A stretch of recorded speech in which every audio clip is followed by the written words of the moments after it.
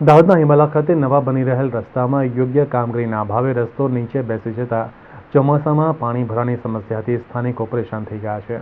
દાહોદના હિમાલા ખાતે ગામમાં મુખ્ય રસ્તો બિસ્માર થયા બાદ વર્ષો પછી નવા રોડનું કામ ચાલુ થયું છે, ત્યારે કોન્ટ્રાક્ટર દ્વારા હલકી ગુણવત્તાની કામગીરી કરાતા ગ્રામજનોમાં રોષ ભભૂકી ઉઠ્યો છે। માર્કેટ તરફ જવાના રસ્તાની કોઈ લેવલિંગ વગરની કામગીરી કરતા રસ્તો બેસી ગયેલો જોવા મળે છે, જેના કારણે ચોમાસામાં પાણીનો ભરાવો થઈ રહ્યો છે।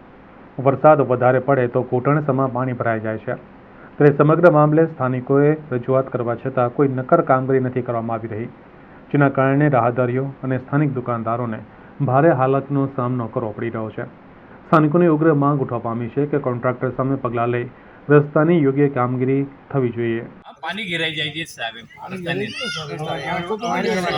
રોડ દબાયો એટલે પાણી ઘેરાઈ જાય એટલે અમારે આવા જવામાં અમારી આવી માંગ છે કે આ રસ્તો તોડીને ફરીથી બનાવે। તો રસ્તાનું કામ ચાલુ છે કે બંધ થઈ ગયું?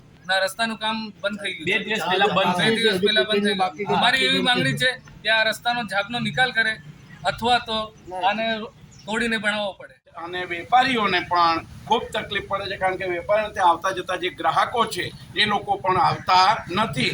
આ બધી વસ્તુથી અમને બહુ મોટો ત્રાસ લાગે છે, તો પ્લીઝ અમને આ કોન્ટ્રાક્ટરને તથા શાસન અવસ્થાને અમે જાણ કરીએ છીએ કે આનો કોઈ પણ ઉપાય અમને વહેલી તકે કરીને બતાવે। એના માટે અમે રજૂઆત કરી છે, અને આ ઓછા પાણીમાં એટલું પાણી ભરાઈ જાય છે તો વધારે પાણીમાં શું હાલત થશે, દુકાનો સુધી પાણી આવી શકશે એવી હાલત છે। હમણાં જ ઓછા પાણીમાં આ વસ્તુ, અને રસ્તો પણ વધારે સમય પણ થયો નથી, 10 જ દિવસ રસ્તો પણ, અને સંગાડા સાહેબને, શિલ્પનભાઈને, નિગમ શાહને ઘણાને રજૂઆત કરી ચૂક્યા છે, રેકોર્ડિંગ પણ છે, વિડીયો પણ મોકલેલા છે, પણ એ વિડીયો પણ નથી જોતા।